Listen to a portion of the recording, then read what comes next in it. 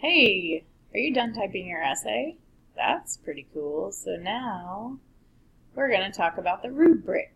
A rubric, in essence, is just a way to mathematically rate something. So the rubric that we're going to look at today is based on a scale of 1 to 4 in all categories, and then a total of 12. So the highest score you could get is a 12. 12 is like saying 100%. So we're going to go through the rubric and I'm going to show you some samples, and then you're going to score your own essay and turn it in. So this is a brief overview of the rubric that you see. It has two categories. It says Feature A and Feature B, and everything is rated on a scale of 1 to 4. And you don't have to check off every single little box, but just know that ultimately you'd get a score up here, a 1, 2, 3, or 4 for all these things. For audience and purpose being clear, a central idea, an effective conclusion, how much you elaborated, how organized it is, does it all focus on one topic, is it precise and deliberate word choice, or is it vague, and your sentence variety. So basically the bulk of your writing and the kind of style of your writing is this first category. This category counts twice. Feature B is all the usage and mechanics, so sentence formation being complete, how well you use words. Standard inflections means if you ask a question you put a question mark, that kind of thing. Subject-verb agreement, like cows moo, not cows moos. Capitalization of important things or sentences. Spelling counts a little bit. Punctuation is big. And formatting is your paragraphs. How do you format quotes or paragraphs or any of that? So the highest score you can get is a 4. This one counts twice, plus this one, which counts once. So let's say everything looks pretty much awesome. You have a 4 and a 4, and that would equal a 12. If that's confusing, it's this plus this is your grade. So if it was a 1, like Drunk Chimpanzee wrote this essay and it's a 1, this would be a 2 plus 1, and you'd have a 3 out of 12 total. So it's hard to see on this screen maybe, but your actual gradebook grade, if you got a 12, is 100. A 9 is a passing score, an average of 3, so a 9 is like a good solid pass, and that would give you an 80 on the essay. If it was horrific in all ways, you would at least get a 38. If it's unscorable and off topic, that's the only reason it would be below that. So this is the rubric that the state of Virginia uses to score your essays. So you're going to fill out the part for yourself that says students evaluation, and then your teacher will fill out this part, and that's your actual grade. So before you fill it out, I want to show you some examples. So everybody always wants to know, like, okay, well, what's a 1, what's a 2, what's a 3, what's a 4? So this is an actual essay from the state of Virginia that they are scoring as a 1 in written expression. If you look at it, you'll notice it's basically 2 sentences. Mechanically has lots of issues, like this is a 1. That's a 1. For composition written expression, that's a 1.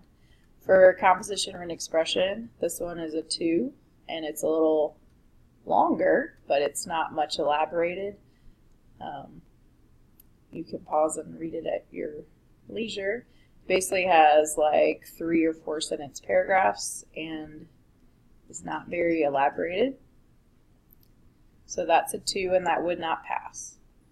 Composing written expression, that's a 3. You'll notice it gets a little longer, and it's not all about length, but it gets longer and has specific examples. This one's talking about healthy drinks. They talk about milk being full of calcium, orange juice full of vitamin C. Keep up the good work, my fellow communities. Like, this sounds like an actual human wrote something, so that's good. It's not perfect, but this would pass. A 3 is your passing score. A 4 does not have to be perfect, But a 4 would have really good elaboration and voice, and it would actually give details, and this one is a 4 for composition written expression. For editing, for usage and mechanics, a 1 can be long, but maybe it just has so many problems that it shows no control, and that means it's a 1. So lack of consistency or lack of control is a 1. For usage and mechanics, you could have a whole lot of sentences, but if it's not up to the basic standards of punctuation and capitalization and mechanics, then it's a 2. So though this has several sentences, the usage is really low. The elaboration might be better. A 3 for usage and mechanics is probably going to look pretty good to y'all, and it's not going to notice, you're not going to notice a whole lot of mistakes. There's one right there. If you spell the same word wrong 15 times, that counts as 1 mistake. If you spell 15 different words wrong, that's 15 mistakes. So this one is not perfect, but it's a 3 and it would pass. And then a 4 for usage and mechanics does not have to be perfect, but it's pretty darn close. You're showing consistent control and mastery of grammar, and a 4 for mechanics would be a great thing to have. Alright, so I know that was a really brief overview of the rubric and some samples, but I'm hoping you've seen this before. If you need lots more explanation, come talk to me. The biggest thing I need you to do is make sure you put your actual name on this, and I need the period. So 2A, 4A, 3B, 6G, something. I need your period of your class. You're going to go through this and kind of rate yourself. If you feel like you had a very clear audience and a very clear purpose, you check off a 4. If you're like, what's that? It's probably a 1. Is your central idea clear? That's your thesis statement. How's your conclusion? You're kind of rating yourself. So let's say you had like lots of 2s, maybe a 3. You'd probably give yourself a 2. If you had lots of 3s, maybe a 4, maybe a 1, maybe you give yourself a 3. So this is not like a mathematical formula necessarily, but the highest score you can put for right here is a 1, 2, 3, or 4. Down at the bottom, how do your sentences look? Do you have complete sentences everywhere?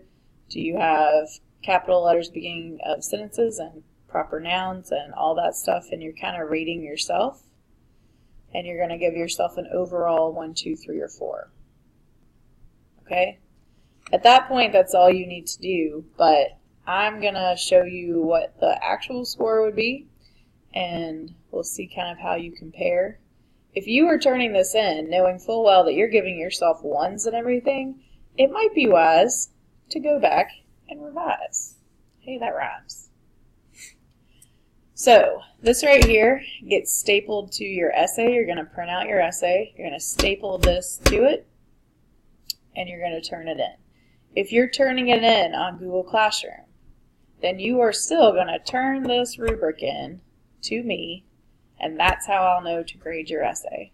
If you submit it on Google Classroom and you do not turn in this rubric, no grade. So let's go back to our very fancy animation here. No rubric equals no grade. I'm not checking Google Classroom 3,000 times. If you want a grade, you fill out this rubric, you turn it into me, and for the essay that you're doing, you need to say Q1 essay 1. That's the one for this one. If you do it for another essay, do it for that too.